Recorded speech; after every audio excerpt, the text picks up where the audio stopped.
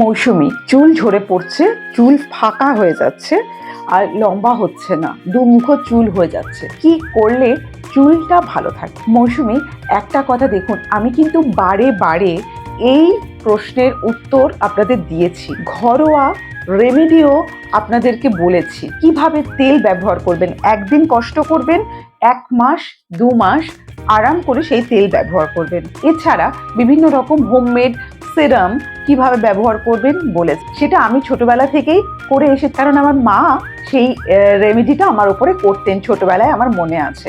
দেখুন, অনেকেরই সময় থাকে না ঘরোয়া জিনিসপত্র বানিয়ে ব্যবহার করার, সেই জন্য দুটো হোমিওপ্যাথি ওষুধ আছে যেটা তেলের মধ্যে মিশিয়ে ব্যবহার করতে হবে।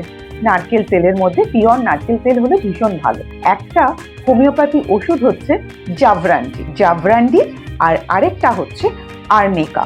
দুটোই মাদার নেবেন, রেড কালারের, 1 ড্রাম করে নেবেন, ছোট ছোট নয়, একটা বড় শিশি যেটা 1 ড্রাম বলা হয় সেটা নেবেন। নিয়ে 250 গ্রাম তেলের মধ্যেই 1 ড্রাম করে একটা হচ্ছে আর্নিকা, একটা হচ্ছে জাভরান্ডি, সেটাকে মিশিয়ে নেবেন তেলটার মধ্যে।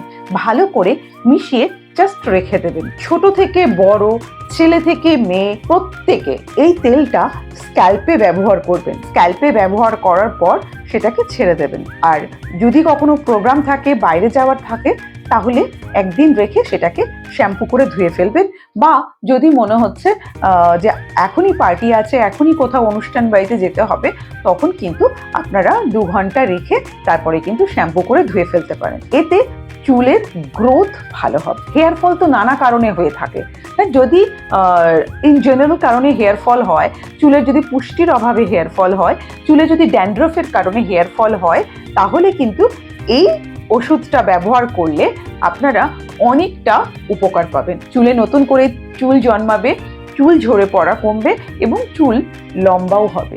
একবার ব্যবহার করে দেখুন, ভালো থাকবে।